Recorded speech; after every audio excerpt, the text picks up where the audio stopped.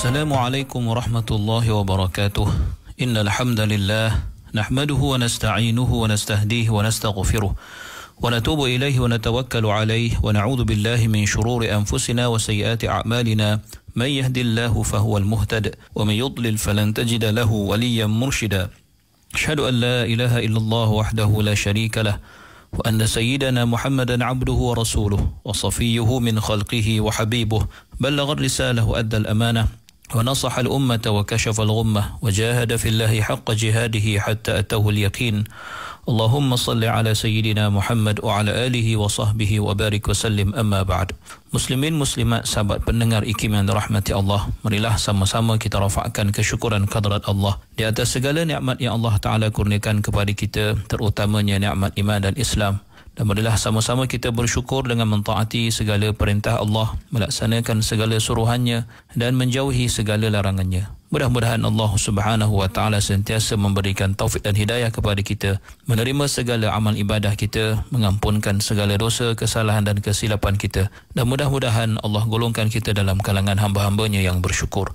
Muslimin muslimat yang dirahmati Allah, kita berada pada ayat yang ke-45 daripada surah Al-An'am. Allah berfirman, A'udzu billahi minasyaitonir rajim.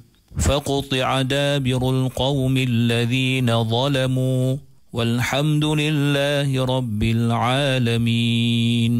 Yang bermaksud, lalu kaum yang zalim itu dibinasakan sehingga terputus keturunannya, dan dengan itu bersyukurlah kerana musnahnya kezaliman, dengan menyebut segala puji tertentu bagi Allah, Tuhan yang memelihara dan mentadbirkan sekalian alam. Muslimin muslimat yang dirahmati Allah, perkataan dabir bermaksud al-akhir, yang terakhir, dan ayat ini membawa maksud bahawa Allah Subhanahu wa Ta'ala telah memusnahkan kaum-kaum, iaitu umat-umat yang terdahulu yang telah menentang para rasul, mendustakan segala ajaran para rasul yang Allah utuskan kepada mereka, lalu Allah menurunkan bala yang berbentuk azab ataupun bala yang memusnahkan dan memutuskan keturunan mereka disebabkan kezaliman mereka dan kejahatan mereka itu. Maka segala puji hanya bagi Allah, Tuhan sekalian alam, yang telah memberi pertolongan dan kemenangan kepada para rasul yang diutuskan olehnya, dan juga para awliya, para kekasihnya dalam berhadapan dengan musuh-musuh mereka. Dan ayat ini ditangguhkan atau ditutup dengan Walhamdulillahi Rabbil Alamin. Segala puji hanya bagi Allah, Tuhan sekalian alam, sebagai suatu pengajaran kepada kita bahawa lenyapnya dan musnahnya kezaliman dan musnahnya orang-orang yang zalim itu hakikatnya ialah suatu nikmat daripada Allah yang menuntut kita untuk memuji, menuntut kita untuk bersyukur kepada Allah Subhanahu wa Ta'ala, menunjukkan kepada kita bahawa musnahnya kezaliman dan musnahnya orang-orang yang zalim itu tidak akan berlaku melainkan dengan izin Allah Subhanahu wa Ta'ala. Muslimin muslimat yang dirahmati Allah, mari kita lihat ayat yang seterusnya, iaitu ayat yang ke-46 daripada surah Al-An'am.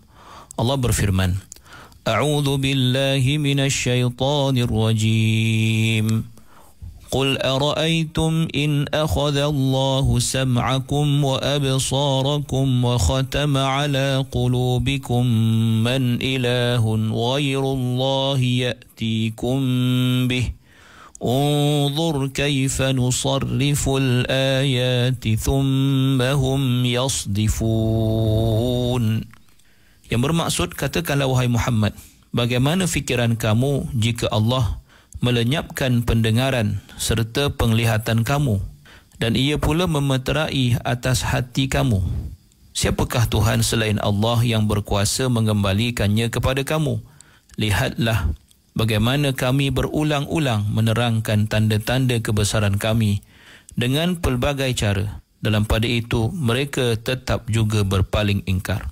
Muslimin muslimat yang dirahmati Allah Subhanahu wa Ta'ala, dalam ayat ini Allah memperingatkan mereka tentang nikmat Allah ke atas mereka, iaitu nikmat penciptaan dan kejadian, Dan dijelaskan kepada mereka apabila Allah menarik apa jua nikmat yang Allah berikan berupa anggota tubuh badan, berupa pendengaran, penglihatan dan sebagainya, maka mereka tidak akan mengadu dan meminta melainkan hanya kepada Allah Subhanahu wa taala. Maka ayat ini bermaksud, katakanlah wahai Muhammad sallallahu alaihi wasallam kepada golongan musyrikin yang degil itu, yang menentangmu itu, katakan pada mereka, wahai orang musyrikin, beritahu kepadaku sekiranya Allah menarik nikmat-Nya yang dilimpahkan kepada kamu, iaitu nikmat pendengaran dan juga nikmat penglihatan, lalu kamu menjadi orang yang tidak mampu untuk mendengar dan melihat. Lalu Allah memeterai hati-hati kamu, menyebabkan kamu menjadi orang yang tidak memahami apa jua yang disampaikan. Siapakah lagi Tuhan selain Allah yang mampu dan berkuasa untuk melakukannya? Sedangkan kamu sememangnya mengetahui keadaan itu dan kamu juga tidak mengingkarinya, maka mengapa kamu sanggup untuk mempersekutukan Allah dengan Tuhan-Tuhan yang lain atau dengan berhala sembahan kamu? Lalu Allah Subhanahu wa taala menjelaskan lagi betapa peliknya, betapa menghairankan keadaan mereka itu. Lalu Allah berfirman, "Unzur kaifa nusarriful ayat thumma hum yasdifun." Lihatlah bagaimana kami mempelbagaikan ayat-ayat serta hujah-hujah dan bukti, dan kami jadikan ia dalam bentuk yang pelbagai, dengan tujuan agar mereka golongan musyrikin itu mengambil pengajaran dan mengambil iktibar. Kemudiannya mereka setelah itu masih lagi berpaling daripada kebenaran, masih lagi tersasar daripada jalan yang betul, jalan yang benar. Maka pada frasa unzur kaifa nusarriful ayati thumma hum yasdifun adalah bertujuan untuk mendatangkan rasa pelik dan hairan. Bagaimana mereka masih lagi tidak terkesan dengan pelbagai hujah, pelbagai bukti daripada Allah Subhanahu wa taala yang diulang-ulang, yang sering disampaikan oleh Rasul kepada mereka. Thumma hum yasdifun, kemudian mereka tetap juga berpaling ingkar, tetap juga tidak terkesan dengan apa yang disampaikan itu. Muslimin muslimat yang dirahmati Allah Subhanahu wa taala. Kalimah yasdifun membawa maksud yu'ridun, iaitu berpaling. Dan pemalingan yang dimaksudkan itu ialah pemalingan dalam bentuk maknawi, iaitu mereka tidak memperdulikan atau tidak terkesan sama sekali, kerana sepatutnya kepelbagaian ayat dan bukti serta tanda yang menunjukkan kebenaran apa yang dibawa oleh para rasul itu sepatutnya akan membawa mereka kepada penerimaan, membawa mereka kepada pengakuan bahawa sememangnya Allah lah Tuhan yang sebenarnya dan selayaknya untuk disembah. Maka apabila mereka melakukan sebaliknya atau tidak memberikan reaksi yang positif terhadap ayat-ayat Allah Subhanahu wa taala itu, maka ia jelas menunjukkan mereka berpaling. Mereka tidak mahu sama sekali untuk melakukan ataupun untuk menerima apa yang disampaikan oleh para rasul itu, walaupun begitu banyak dalil, bukti, hujah dan sebagainya.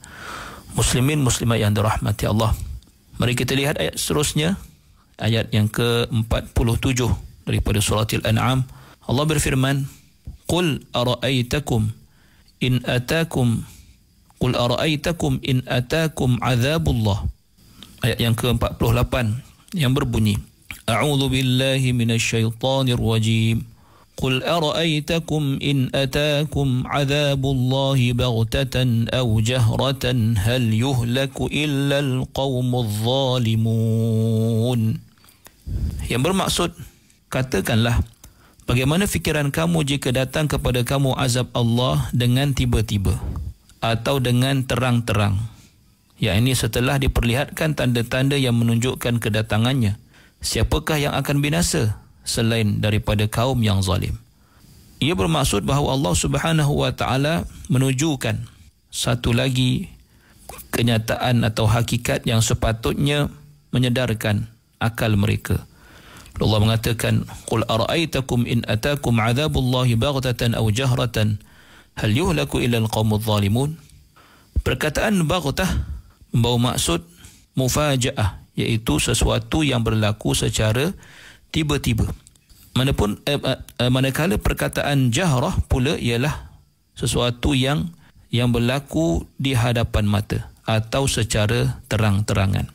Maka ayat ini bermaksud, katakanlah kepada mereka, wahai Rasulullah sallallahu alaihi wasallam, beritahu kepadaku tentang apakah kesudahan kamu, apakah yang akan berlaku kepada kamu. Tentang apakah kesudahan kamu, apakah yang akan berlaku kepada kamu jika Allah datangkan kepadamu azabnya secara tiba-tiba dan secara terang-terang.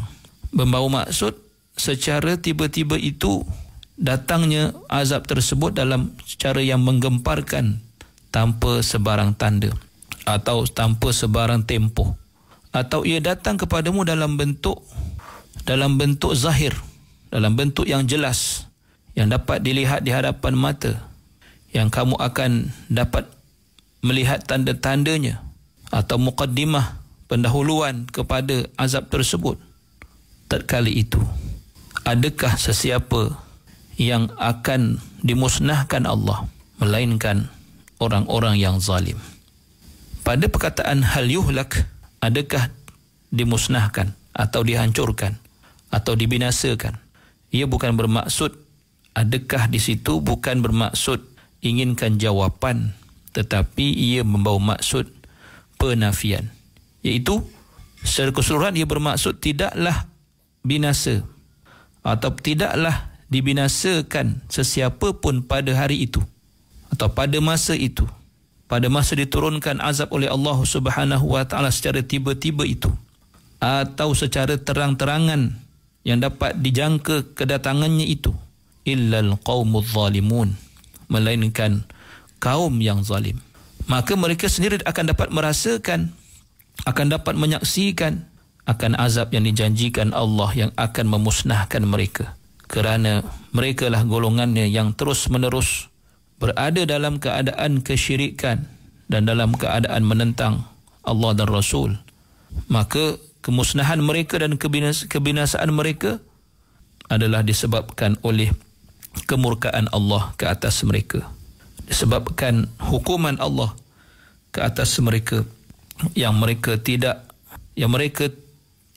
selama ini tidak pedulikan, kerana mereka selama ini bersikap memekakkan telinga dan membutakan mata daripada petunjuk Allah Subhanahu wa taala. Muslimin muslimat yang dirahmati Allah, maka inilah ayat ini menjelaskan kepada kita tentang ketetapan Allah, sunnatullah, dalam memusnahkan sesuatu kaum atau umat yang selama ini telah bertindak mengenepikan ajaran para rasul yang Allah Subhanahu wa taala utuskan kepada mereka. Maka kesan dan akibatnya adalah kemurkaan Allah yang akhirnya membawa kepada azab yang memusnahkan manusia itu sendiri. Qulu qawli hadza wa astaghfirullahal azim li wa lakum. Wassalamu alaikum warahmatullahi wabarakatuh.